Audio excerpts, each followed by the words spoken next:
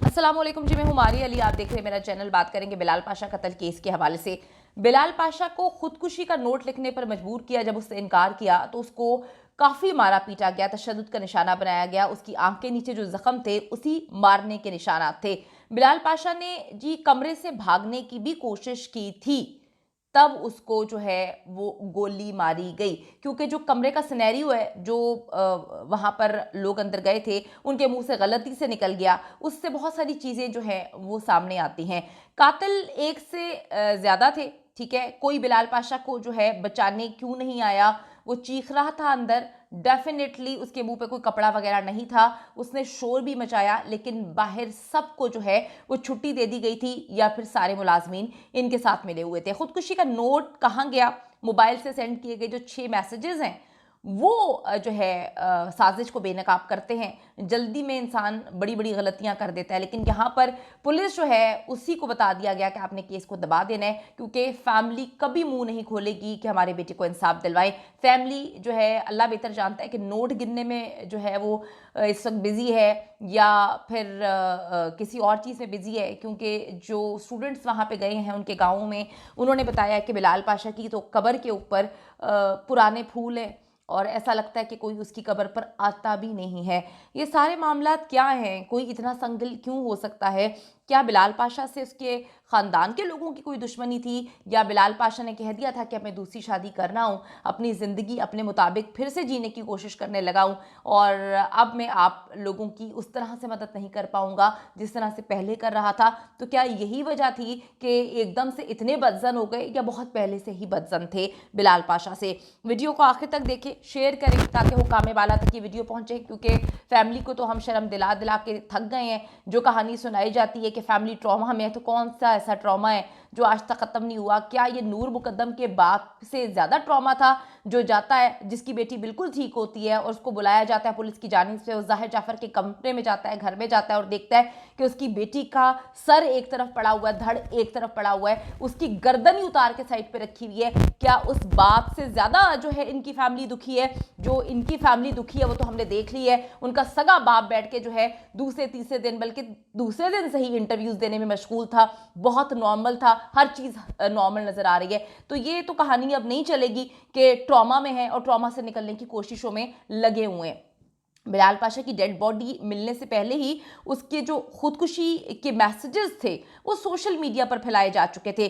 कातिल ने ये गेम इसलिए खेलने की कोशिश की थी कि बिलाल पाशा खुदकुशी से पहले ही ये मैसेजेस अपने चंद दोस्तों को जो है वो कर रहा है, भेज चुका है, और उन्होंने ये मैसेजेस लीक कर दिए। तो यहाँ पर मैं आपको कहूँगी कि ज़रा सोचें कि जिससे वो मोहब्बत करता था, जिससे दो लोग थे, एक उसका रावलपिंडी में दोस्त, ना उसने उस दोस्त को ये मैसेजेस भेजे, और ना जिससे वो शादी करने जा रहा था उसको मैसेजेस भेजे। तो फिर किनको ये मैसेजेस भेज के इन्होंने साबित करने की कोशिश की कि बिलाल पाशा जो है उसने अपने दोस्तों को ये मैसेजेस भेजे, और उसके बाद वो मैसेजेस उसके मरने से पहले ही उसके दोस्तों ने लीक कर दिए और सोशल मीडिया को बता दिए।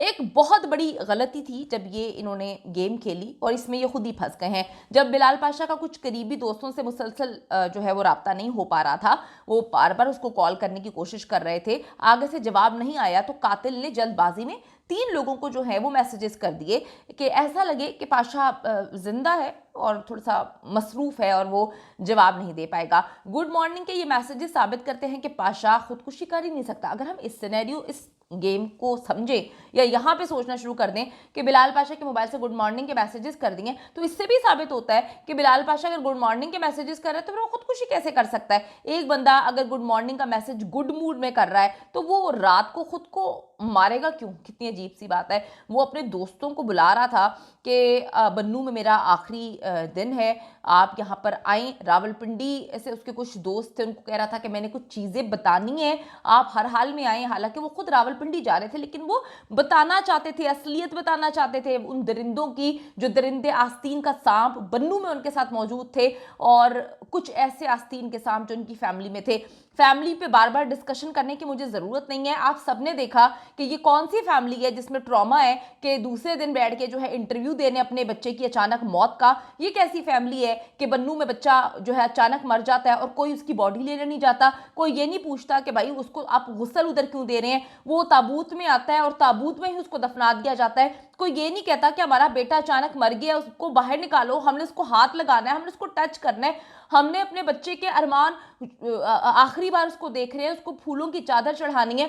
कोई अरमान, कोई मोहब्बत, कोई चीज़, नमाज जनाजा पे लोग मौजूद थे, ये न्यूट्रल लोग हैं, जो स्टूडेंट्स मौजूद थे, बड़ा कुछ उन्होंने देखा है। वो इसीलिए खड़े हुए हैं पाशा के लिए, आवाज़ उठा रहे हैं कि वो देख चुके हैं कि फैमिली को किस चीज़ से कितनी मोहब्बत है। उसके बाद फैमिली पे जब हम बात करते हैं तो डराने की कोशिश की जाती है, हमें धमकाने की कोशिश की जाती है और कहा जाता है कि जी हम बिलाल पाशा की वजह से जो है वो अमीर नहीं हुए। ये चीज़ भी मुझे आज तक क्लिक करती है, मुझे हिट करती है कि क्यों मुझे मैसेज किया गया कि आप कहती हैं कि जी बिलाल पाशा की फैमिली बहुत ज़्यादा हम्बल है, हम्बल बैकग्राउंड हमारा नहीं है, बिलाल के आने से पहले भी हमारी बड़ी ज़मीनें थीं।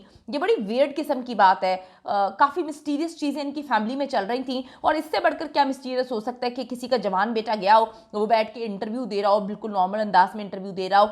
हम इस चीज़ को समझने की कोशिश कर रहे थे, उस तक के ट्रॉमा में है, तकलीफ में है। ये कैसी तकलीफ है कि हर बंदा अपनी ज़िंदगी जी रहा है। वो सनी लड़का जिसकी जो बहन का बेटा था, जिसके हर खर्चे को बिलाल पाशा ने लाखों की सूरत में उठाया, पूरी फैमिली के मुंह में पैसे ठूंसे, उनमें से कोई भी जो है आवाज़ नहीं उठा पाया पाशा के लिए, ये तक नहीं बोल पाया कि हम इंसाफ दिलवाना चाहते। पाकिस्तान का एक मायानाज वकील जो है वो राब्ता करता है उनकी फैमिली से, वो कहते हैं हमने अपने बेटे के लिए कोई आवाज़ नहीं उठानी, कोई इंसाफ नहीं दिलवाना। मुझे मैसेजेस करवाए जाते हैं कि जी एक बेटा हमने खो दिया, बाकी भी हम खो दें। तो भाई इन्वॉल्वमेंट ही जब आप लोगों की है तो फिर बाकी बेटे खोने का सवाल ही पैदा नहीं होता। कुछ खुदा का खौफ कर ले।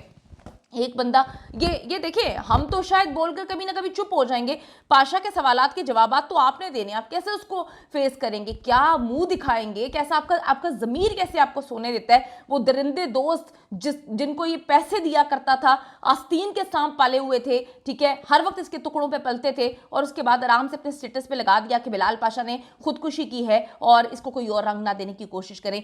अच्छा जी, एक बंदा अगर गुड मॉर्निंग के मैसेजेस कर रहा है, इतना गुड है, तो रात को वो खुदकुशी क्यों कर लेगा? और उनको मैसेजेस क्यों नहीं किए जो उसके बेस्ट फ्रेंड थे, जिन पे वो अंधा एतबार करता था? एक रावलपिंडी में था और एक जिससे वो शादी करना चाहता था। इससे साबित होता है कि बिलाल पाशा को कत्ल इन्होंने कर दिया था और मजबूरी ये थी कि उसकी मौत को खुदकुशी का रंग देने की कोशिश कर रहे थे, इसीलिए जो है सहारा लिया मोबाइल से टेक्स्ट मैसेजेस का, क्योंकि टेक्स्ट मैसेजेस तो वो कभी नहीं करता था और वो वॉइस मैसेजेस करता था। ये बड़े करीबी लोगों को पता है। टेक्स्ट मैसेज के हवाले से बात बताऊं, अगर कोई भी मर जाता तो कोई भी कर सकता ना मोबाइल पकड़ के, इससे तो साबित नहीं होता ना कि अगला बंदा जिंदा है या मर चुका है। लेकिन बिलाल पाशा की लाश पर जिस तरह से तशद्दुद के निशानात थे, इन्होंने तो वो भी नहीं देखा। आप इमेजिन कर सकते हैं कि ये कैसी फैमिली है। हम रोना रोते रहे कि बेचारी गाँव की मासूम फैमिली है, तो गाँव के तो वो भी थे जिन्होंने जज की बीवी के खिलाफ जो है आवाज़ उठाई कि हमारी बेटी को जो है वो मारा है। जज की बीवी हो या किसी की भी बीवी हो, हमारी बच्ची को क्यों जो है हाथ लगाया, उसको तशद्दुद कर करके जो है मरने वाला छोड़ दिया, उसने तो ज़मीन आसमान मिला दिए थे। कहने का मकसद तो बहुत कुछ है, लेकिन अब मैं और क्या क्या कहूँ। अच्छा जी, कातिल भी ये बात बहुत अच्छे से जानता है कि बिलाल पाशा हर काम जो है वो लिख कर करता था। अब ऐसा शख्स अपनी जान लेने से पहले यकीनन आखिरी नोट तो लिखेगा, खुदकुशी सुसाइड नोट तो लिखेगा। जो बंदा गुड मॉर्निंग तक के मैसेज कर रहा है वो खुदकुशी का नोट क्यों नहीं लिखेगा? शर्त यह है कि उसने खुदकुशी की हो। उसने तो की ही नहीं है। यकीनन बिलाल पाशा ने तशद्दुद के बावजूद नोट लिखने से इनकार किया था, कमरे से भागने की भी कोशिश कर रहा था, चीज़ें इधर उधर पड़ी हुई थी।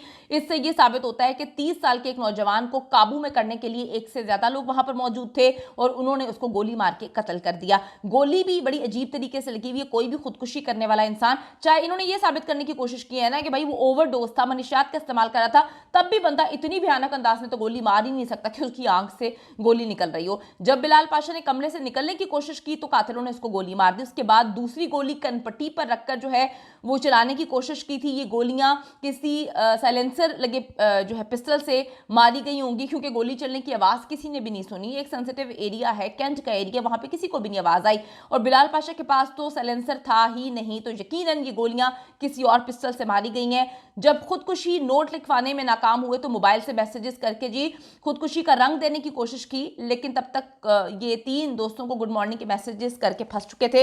ये एक कत्ल है। चीफ जस्टिस ऑफ पाकिस्तान से खुद नोटिस का हम डिमांड करते हैं, सो मोटो लीजिए इस पे। और बिलाल पाशा के स्टूडेंट से कहती हूँ कि फैमिली तो शायद बिलाल पाशा ने बेचारे ने जिस तरह से पाई, वो खुद भी दुखी मना रहा होगा कि मेरी कैसी फैमिली थी कि उन्होंने तो मेरा ताबूत खोलकर मुझे हाथ लगाने की भी कोशिश नहीं की।